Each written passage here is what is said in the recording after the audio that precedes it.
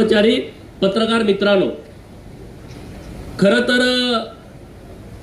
1983 ला ताकारी योजनेची पहिल्यांदा मंजुरी मिळाली आणि 1984 ला मैशाळ योजनेला मान्यता मिळाली आणि तेव्हाच्या मैशाळ योजनेमध्ये फक्त कवटेमंकाळ तालुका होता आणि मग पुढे जेव्हा 1995 ला महाराष्ट्रामध्ये युतीचं सरकार आलं, 1997 ला मैशाळ योजना ही जत, सांगोला आणि मंगळवेढा या 3 तालुक्यासाठी देण्याचं सरकारनं मान्य केलं आणि तेव्हाच कृष्णा खोरे विकास महामंडळाची स्थापना झाली आणि तिथून या कामाला चालना मिळाली।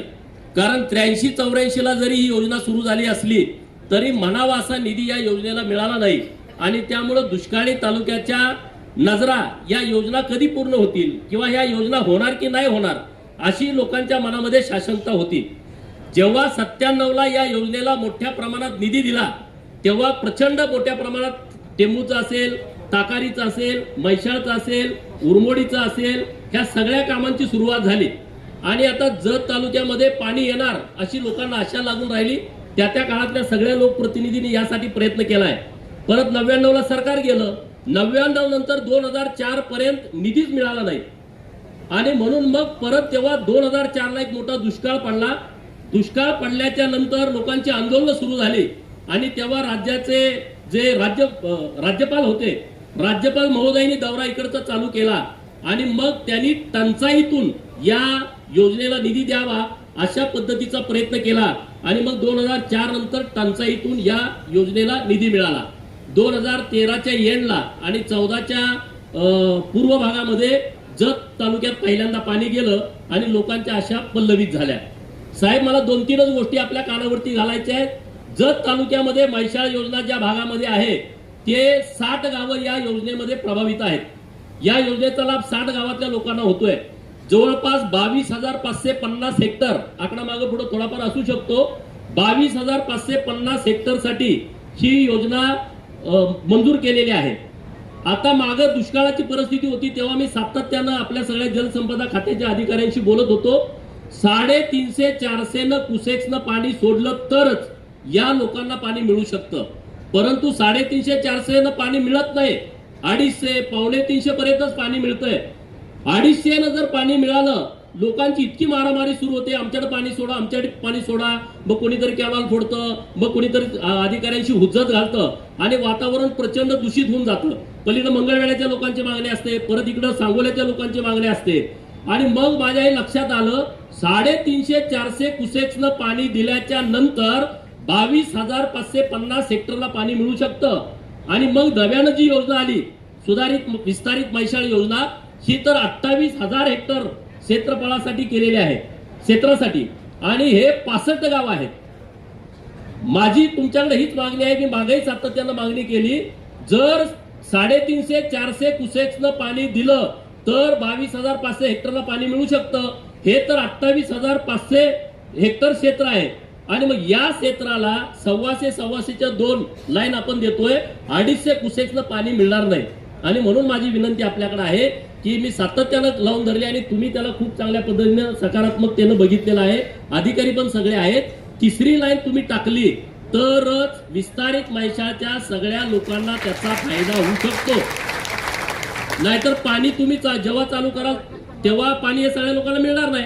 पूर्वी ओपन कॅनल होता, परंतु देवाभाऊच्या सरकारनं पीडीएनची नवीन एक पद्धत आणली, बंदिस्त पाईपलाईन, आणि टेंबू ही पहिला प्रोजेक्ट आहे की बंदिस्त पाईपलाईन पहिल्यांदा तो पायलट प्रोजेक्ट केला, परत मैशाळमध्ये केलेला आहे।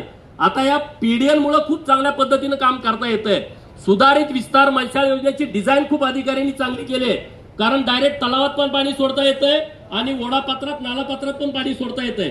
जर अधिकाऱ्यांना वाटलं तर डायरेक्ट आपल्याला संचच्या तलावात पाणी सोडायचंय तर पाणी सोडायची तशी व्यवस्था केलेली आहे आणि म्हणून आता तुम्ही मला 3री लाईन जर दिली तर जत तालुक्याला परत कुठलीही मागणी पाण्याच्या बाबत करावी लागणार नाही अशी माझी तुमच्याकडे विनंती आहे। गेल्या वर्षी बजेटमध्ये 460 कोटी रुपयाचा निधी तुम्ही दिलाय। तुम्ही इतका निधी दिल्याच्या नंतर बुलेट ट्रेन सारखं काम या जलसंपदा खात्याने केलंय। आता बजेट 6 तारखेला आहे, तुम्ही नाबार्डसाठी पण प्रस्ताव पाठवलाय नाबार्डचे तर 600 कोटी रुपये तुम्ही द्याल, त्याबद्दल आमच्या मनात अजिबात शंका नाही. विनंती आहे ते तात्काळ 600 कोटी रुपये मिळावेत. पण या बजेटमध्ये किमान 1000 कोटी रुपये मिळाले तर ही सुधारित विस्तारित मैशाळ योजना पूर्ण होऊ शकते.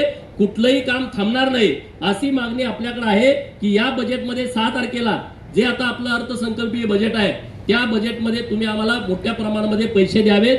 आताच आपले धुमाळ साहेब बोलले, मी जेव्हा विधानसभेला, माझा मतदारसंघ जत नाही साहेब, माझं गाव आटपाडी तालुक्यातलं आहे, खानापूर विधानसभा मतदारसंघातलं. माननीय देवाभाऊनी तुम्ही मला जतला पाठवलं. जतच्या मायबाप जनतेने मला 40,000च्या फरकाने मला निवडून दिलंय आणि मी त्या प्रचारामध्ये हाच मुद्दा घेतला की आमचा राजकीय विरोधक कोणी नाही. विशालदादा बरोबर ना? विशालदादा मला ठोकत होते पण मी काहीच बोललो नाही. मी म्हटलं की माझा राजकीय शत्रू कोणीच नाही.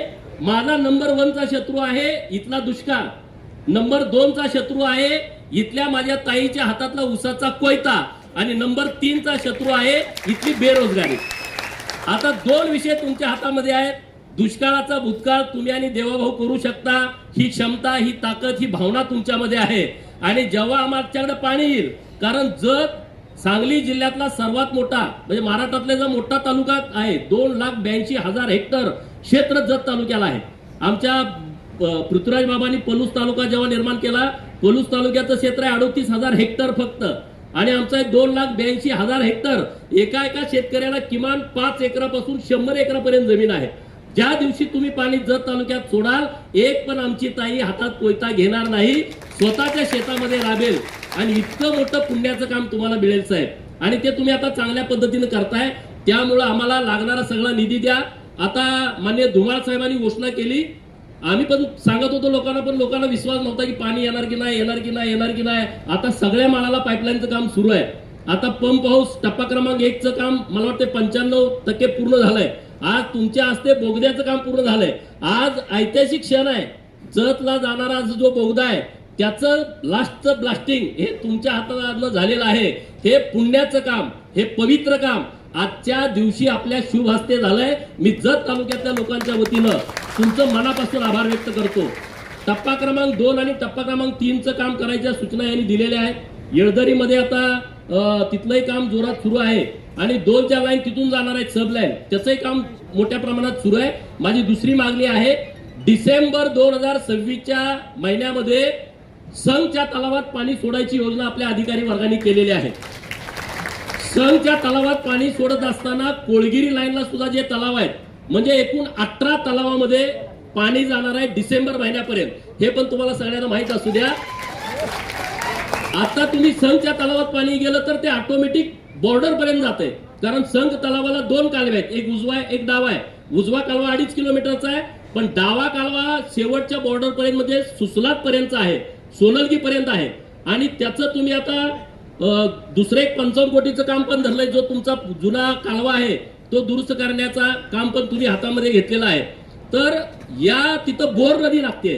बोर नदीवरती काही बॅरेजेस करण्याची आवश्यकता आहे, कारण तुम्ही पाणी द्याल परत साठवून ठेवायची व्यवस्था नाही. तर जे आम्ही काही मागण्या केलेल्या आहेत ते बॅरेजेस पण तुम्ही द्यावेत. जत तालुक्यामध्ये 57 तलाव आहेत, ते दुरुस्त करण्याचे काही प्रकरण आहे. नव्यानं 57 तलाव करण्याची काही आवश्यकता आहे. आणि जलसंपदा खात्याच्या माध्यमातून जलसंधारण करतंय, परंतु त्यांना काही बजेटला मर्यादा आहे. जलसंपदा खात्याच्या माध्यमातून आपण जत तालुक्यामध्ये जास्तीत जास्त भांडी तयार करावीत अशी विनंती मी आपल्याकडे करतोय.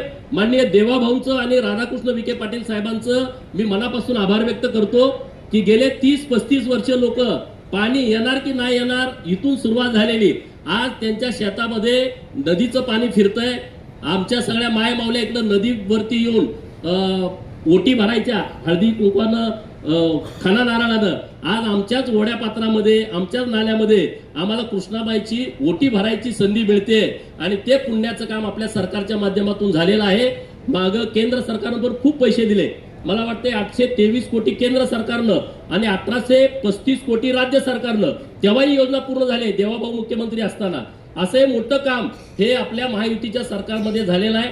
माननीय विशालदादांचं पण लक्ष जतकडे जास्तीच आहे, सातत्यानं त्यांचा संपर्क असतो. तर विशालदादा पण आज आवर्जून या कार्यक्रमासाठी उपस्थित आहेत. माननीय सदाभाऊ खोत हे शेतकऱ्यांना पाणी मिळावं म्हणून शेतकरी चळवळीत असताना जतला आंदोलन करायचे, आज त्यांच्या आंदोलनाला सुद्धा यश येताना दिसतंय. पृथ्वीराज बाबा असतील, सुरेशभाऊ खाडेसाहेब असतील, पालकमंत्री असताना सातत्यानं ही योजना पाणी चालू ठेवण्याचं काम माननीय सुरेश भाऊंनी केलेलं आहे. आमचे सगळे जडपी सदस्य, पंचायत समिती सदस्य सगळेजण इथं आलेले आहेत. तर माझी तुम्हाला एवढीच विनंती आहे, मला जरा यायला उशीर झाला, मी त्याबद्दल माफी मागतो. कारण आजच आमच्या पार्टीचं प्रदेशची बैठक होती, पहिलीच मिटिंग होती आणि काल साहेबांच्या सोबतच यायचं ठरलं होतं. पण म्हणलं आज प्रदेशची पण मिटिंग करावी आणि आज इकडं जावं. परत हेलिकॉप्टरमध्ये बसायची भीती, कारण साहेबांचे चिरंजीवच माझ्या शेजारी होते, सुजय साहेब. ते म्हणले मी आता हेलिकॉप्टरने विमान वापरायचं बंद केलंय, माझ्या पोटात गोळा झाला. आता म्हणलं जायचं कसं?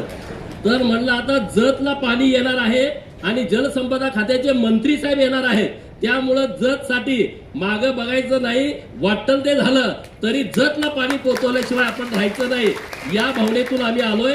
साहेब तुम्ही आवर्जून आला, आम्हाला वेळ दिला आणि आमचं सातत्यानं तुम्ही ऐकून घेता, त्याबद्दल मी तुमचं मनापासून आभार व्यक्त करतो.